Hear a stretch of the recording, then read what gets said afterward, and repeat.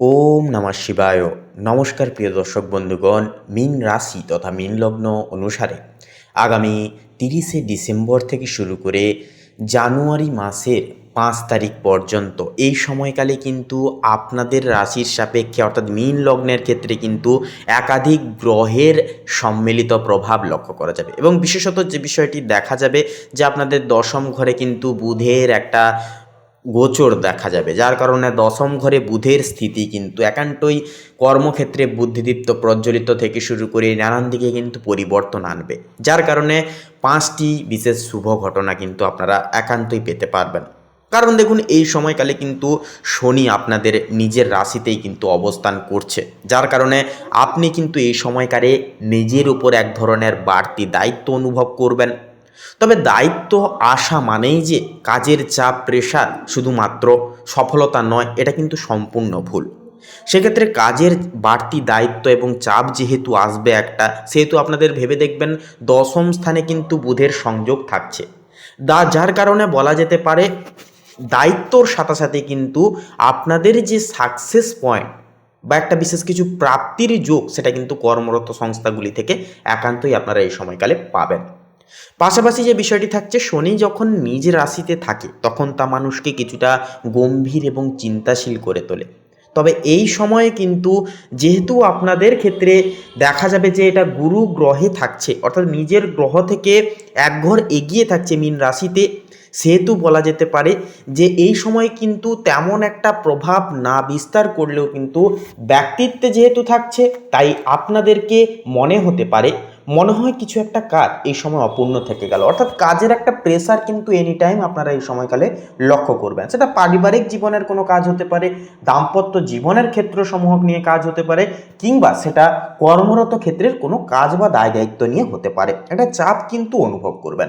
শনি পাশাপাশি যে বিষয়টি দেখা যাবে, এই সময়কালে কিন্তু ধনু রাশিতে থাকছে সূর্য, মঙ্গল এবং শুক্রের অবস্থান। এটি একটি শক্তিশালী প্রভাব আপনার দশম ভাবেও কিন্তু, অর্থাৎ কর্মস্থানের উপরে কিন্তু পড়বে। এর ফলে আপনাদের কর্মক্ষেত্রে আপনার যে প্রভাব প্রতিপত্তি বা আপনাদের যে একটা ভূমিকা রয়েছে, যে ভূমিকা আপনারা শুধুমাত্র পালন করেন, সেই প্রতিপত্তির প্রভাব কিন্তু তীক্ষ্ণভাবে বৃদ্ধি পাবে। যদিও মঙ্গলের উপস্থিতির কারণে সহকর্মীদের সাথে ছোটোখাটো বাদানুবাদ হতে পারে, তবে সূর্যের তেজে আপনি সেই পরিস্থিতিকে কিন্তু খুব সহজলভ্যভাবে সামলে নিতে পারবেন, যেহেতু এই গুণাগুণটি আপনাদের মধ্যে এই সময়কালে সীমাবদ্ধ থাকবে। একই সময় কিন্তু শুক্র থাকছে যেহেতু ধনুরাশিতে, সেহেতু আপনার পেশাদার জীবনে সৃজনশীলতা বাড়বে। এই সময়কালে নতুন বছরের শুরুতে আপনি হয়তো নতুন কোনো প্রজেক্টের একটা পরিকল্পনা করবেন, যা ভবিষ্যতে একটা লাভজনক ফল দেবে আপনাদেরকে এবং একটা লাভের পরিহার আপনাদেরকে কিন্তু পাইয়ে দেবে। তবে মিথুন রাশিতে থাকা যেহেতু বৃহস্পতির বক্রী দৃষ্টি, যা আপনাদের চতুর্থ ঘরকে কিন্তু সক্রিয় করছে, যা আপনার গৃহ সুখে কিছুটা কিন্তু বিঘ্ন ঘটাতে পারে। গৃহের যদি কোনো রকম কোনো সুসংবাদ আসার কথা, সেটাকে কিন্তু দেরি করাতে পারে। ছোটোখাটো কাজে, গৃহ সংক্রান্ত ছোটোখাটো কাজে, ছোটোখাটো বিষয়ে, দাম্পত্য জীবনের দায়িত্ব পালনে কিছুটা কিন্তু বিলম্ব একটা তৈরি করতে পারে। কারণ দেবগুরু বৃহস্পতি কিন্তু নেগেটিভ নয়, গুরু গ্রহ খুবই ভালো, একটা দারুণ কম্বাইন্ড। সেক্ষেত্রে যেহেতু বক্রী থাকছে, যার কারণে কিছুটা পরিমাণ কিন্তু দেরি হতে পারে। পাশাপাশি বন্ধুরা, পরিবারের সদস্যদের সাথে একটা মতের মিল অমিল বলে যে বিষয়টি, সেটি কিন্তু হওয়ার ক্ষেত্রে একটা সমস্যা দেখা দিতে পারে ছোটোখাটো। এরপরের যে বিষয়টি থাকছে, জানুয়ারির যে 2 তারিখ থেকে 3 তারিখ, এই যে 2 দিন, যা বৃশ্চিক রাশিতে থাকা বুধের প্রভাবে, এই 2 দিনে কিন্তু আপনার ভাগ্যস্থানে এবং কর্মস্থানে শুভ পরিবর্তনের যোগ একটা লক্ষ্য করা যাবে। বুধ এই সময় আপনাদের নবম ভাবে থাকার কারণে আপনার চিন্তা ভাবনাকে অনেক বেশি তীক্ষ্ণ এবং গবেষণামূলক করে তুলবে এবং প্র্যাকটিক্যালি আপনারা কিন্তু ভাবনা চিন্তা করতে লাগবেন। যে বিষয়ে আপনারা হুট করে সিদ্ধান্ত নিয়ে ফেলতেন, ভুলের বশবর্তী হয়ে পড়তেন, সেগুলি কিন্তু আর দেখা যাবে না। পাশাপাশি আপনার আটকে থাকা কোনো পাওনা টাকা একান্ত একটা উদ্ধার হতে পারে। হঠাৎ দেখুন, আপনাদের কোনো কোনো জায়গায় দীর্ঘদিন ধরে টাকা ফেসে আছে, আপনারা আদায় করতে পারছেন না, এই সমস্ত জায়গাগুলি থেকে কিন্তু টাকা উদ্ধার হতে পারে। তবে যেহেতু রাহু পাশাপাশি কুম্ভ রাশিতে থাকছে, দ্বাদশভাবে বসে আছে যেহেতু, তাই হঠাৎ করে বড় কোনো খরচের একটা চান্স বা সম্ভাবনা সেটা কিন্তু উড়িয়ে দেওয়াও কিন্তু যায় না। তাই বলবো, খরচের প্রবণতাকে একান্তই নিজেদের সীমিত পর্যায়ে প্রাণবন্ত রাখার চেষ্টা এই সময়কালে অবশ্যই আপনারা করুন। পাশাপাশি বিদেশ সংক্রান্ত কাজে বা ভ্রমণের একটা পরিকল্পনায় কিছু অতিরিক্ত পর্যায়ে কিন্তু একটা ব্যয়ও বাড়তে পারে, যা আপনাদের আর্থিক ঘাটতির অন্যতম একটা কারণ হয়ে দাঁড়াতে পারে। রাহু যেহেতু থাকছে, তাই অপ্রত্যাশিত কিছু খবর একান্তই কিন্তু আশাবাঞ্ছনীয় হবে। হঠাৎ করে অর্থপ্রাপ্তিও যেমন হতে পারে, হঠাৎ করে আর্থিক লসও কিন্তু হতে পারে। তাই বলবো অবশ্যই সাবধান থাকুন, সচেতন থেকে প্রত্যেকটা ক্ষেত্রে পদক্ষেপ নিন।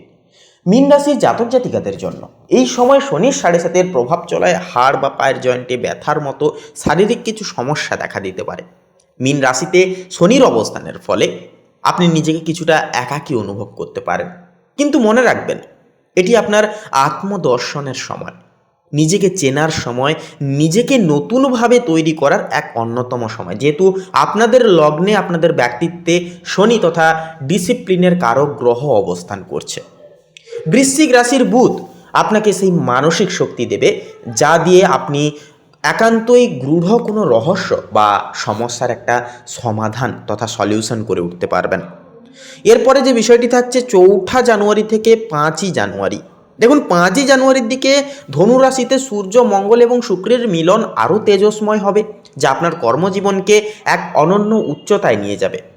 তবে মঙ্গল ও সূর্যের এই সংযোগ কিছুটা জেদ বা কিছুটা একটা ইগো তৈরি করতে পারে আপনাদের মধ্যে।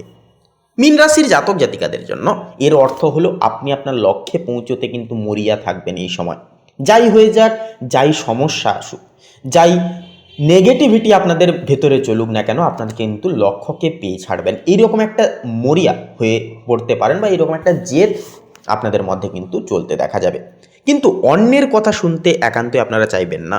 এই সময় মিথুন রাশির বৃহস্পতি বক্রীভাবে যেহেতু থাকছে, যা আপনাকে সংযত হওয়ার একটা পরামর্শ কিন্তু দিচ্ছে।